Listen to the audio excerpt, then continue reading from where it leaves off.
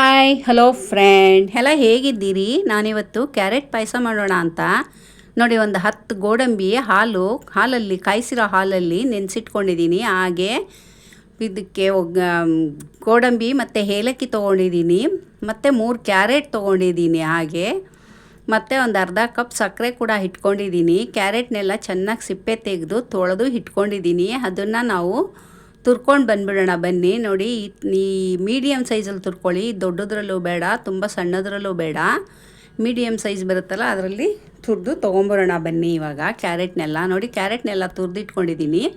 ಈಗ ಒಂದು ಬಾಣಲೆ ಸ್ಟವ್ ಮೇಲೆ ಇಟ್ಬಿಟ್ಟು 2 ಸ್ಪೂನ್ ತುಪ್ಪ ಹಾಕ್ತೀನಿ. ಗೋಡಂಬಿ ಇಟ್ಕೊಂಡಿದ್ದೀವಲ್ಲ ಅದನ್ನು ತುಪ್ಪದಲ್ಲಿ ಫ್ರೈ ಮಾಡಿ ಸೈಡ್ಗೆ ಇಟ್ಕೊಂಬಿಡೋಣ ತೆಗೆದು. ತುಪ್ಪದಲ್ಲಿ ಬ್ರೌನ್ ಕಲರ್ ಆಗೋವರೆಗೂ ಫ್ರೈ ಮಾಡಿ ತೆಗೆದು ಇಟ್ಕೊಳ್ಳಿ. ನೋಡಿ, ಫ್ರೈ ಮಾಡ್ತಾಯಿದ್ದೀನಿ ಇವಾಗ ತುಪ್ಪದಲ್ಲಿ.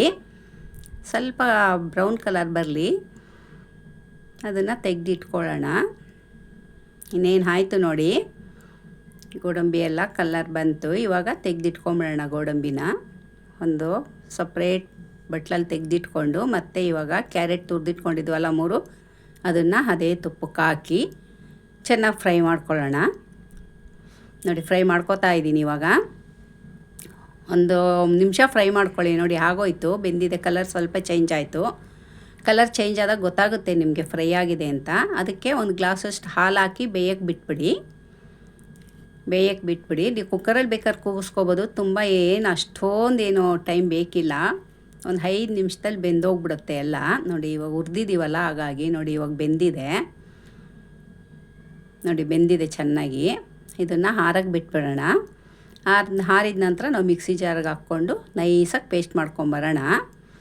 ಗೋಡಂಬಿ ನೆನೆಸಿದ್ವಲ್ಲ, ಆ ಗೋಡಂಬಿ ಮತ್ತು ಹುರಿದಿರೋ ಕ್ಯಾರೆಟು, ಬೇಯಿಸಿಟ್ಕೊಂಡಿದ್ವಲ್ಲ ಕ್ಯಾರೆಟು, ಅದನ್ನೆಲ್ಲ ಚೆನ್ನಾಗಿ ಪೇಸ್ಟ್ ಮಾಡ್ಕೊಂಬರೋಣ. ನೋಡಿ, ಗೋಡಂಬಿ ಏಲಕ್ಕಿ ಎಲ್ಲ ಹಾಕ್ಕೋತಾ ಇದ್ದೀನಿ. ಇದಕ್ಕೆ ಹಾಲು ಸಮೇತನೇ ಹಾಕ್ಕೊಂಬಿಡಿ ನೆನೆಸಿಟ್ಟಿರೋ ಬಾದಾಮಿನ. ನೋಡಿ, ನೈಸಾಗಿ ಪೇಸ್ಟ್ ಮಾಡ್ಕೊಂಬಂದಿದ್ದೀನಿ. ಮತ್ತು ಅದೇ ಬಾಣಲೆ ಇಟ್ಟಿದ್ದೀನಿ, ಸ್ವಲ್ಪ ಗಟ್ಟಿ ಇದೆ, ಹಾಗಾಗಿ ಹಾಲು ಹಾಕ್ಕೊಂಡು ಅದನ್ನು ಬಾಣಲಿಗೆ ಹಾಕ್ಕೋತಾ ಇದ್ದೀನಿ. ಹಾಲು ಹಾಕಿ ರುಬ್ಕೊಂಬಂದಿದ್ದೀನಿ. ನೋಡಿ, ಇವಾಗ ಬಾಣಲಿಗೆ ಹಾಕ್ಕೋತಾ ಇದ್ದೀನಿ. ಅದೇ ಮಿಕ್ಸಿ ಜಾರ್ಗೆ ನೀರು ಹಾಕಿ ಕೂಡ ಹಾಕ್ತೀನಿ, ಇನ್ನೂ ಇದೆ ಅದರಲ್ಲಿ, ಆಮೇಲೆ ಹಾಕ್ಕೊಳ್ಳೋಣ. ಅರ್ಧ ಲೀಟ್ರ್ ಹಾಲು ಯೂಸ್ ಮಾಡಿದ್ದೀನಿ ನಾನು ಈ ಕ್ಯಾರೆಟ್ ಪಾಯಸಕ್ಕೆ. 3 ಕ್ಯಾರೆಟ್ಗೆ ಅರ್ಧ ಲೀಟ್ರ್ ಹಾಲು ಬೇಕಾಗುತ್ತೆ. ನೋಡಿ, ಮಿಕ್ಸಿ ಜಾರ್ಗಿನ ಸ್ವಲ್ಪ ನೀರು ಹಾಕಿ ಎಲ್ಲ ನೀಟಾಗಿ ಹಾಕ್ಬಿಡೋಣ ಬಾಣಲೆಗೆ ಹಾಕಿದ ನಂತರ ಚೆನ್ನಾಗಿ ಮಿಕ್ಸ್ ಮಾಡಿ ಕುದಿಯಕ್ಕೆ ಬಿಡಿ. ಬೇಕು ಒಂದು 2-3 ನಿಮಿಷ ಕುದಿಯೋಕ್ಕೆ.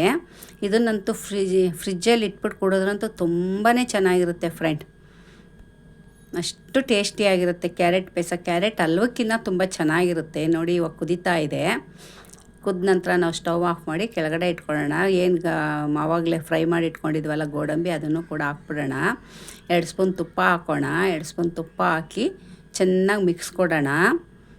ಯಾರೆಲ್ಲ ನನ್ನ ಚಾನಲ್ನ ಇನ್ನೂ ಸಬ್ಸ್ಕ್ರೈಬ್ ನೋಡ್ತಿದ್ದೀರೋ ಫ್ರೆಂಡ್, ಅವರೆಲ್ಲ ಸಬ್ಸ್ಕ್ರೈಬ್ ಮಾಡ್ಕೊಂಡು ನೋಡಿ, ಕಮೆಂಟ್ ಮಾಡಿ, ಲೈಕ್ ಮಾಡಿ, ಶೇರ್ ಮಾಡಿ ಫ್ರೆಂಡ್.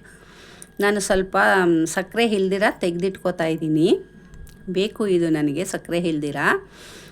ಇವಾಗ ಸಕ್ಕರೆ ಮಿಕ್ಸ್ ಮಾಡಿ ನೋಡಿ, ಸಕ್ಕರೆ ಮಿಕ್ಸ್ ಮಾಡಿ ಸ್ಟವ್ ಎಲ್ಲ ಆಫ್ ಮಾಡಿ ಇಟ್ಬಿಡೋಣ. ನೋಡಿ ಫ್ರೆಂಡ್, ಈ ಕ್ಯಾರೆಟ್ ಪಾಯಸ ನಿಮ್ಗೆ ಇಷ್ಟ ಆದರೆ ಒಂದು ಲೈಕ್ ಕೊಡೋದನ್ನ ಮರಿಬೇಡಿ. ನಿಮ್ಮ ಲೈಕು ನಮಗೆ ಅತಿ ಮುಖ್ಯ ಫ್ರೆಂಡ್. ಹಾಗೆ ಕಮೆಂಟ್ ಸೆಕ್ಷನ್ನಲ್ಲಿ ಕಮೆಂಟ್ ಹಾಕಿ. ಓಕೆ, ಬಾಯ್ ಫ್ರೆಂಡ್, ಮುಂದಿನ ವಿಡಿಯೋದಲ್ಲಿ ಸಿಗ್ತೀನಿ. Thank you.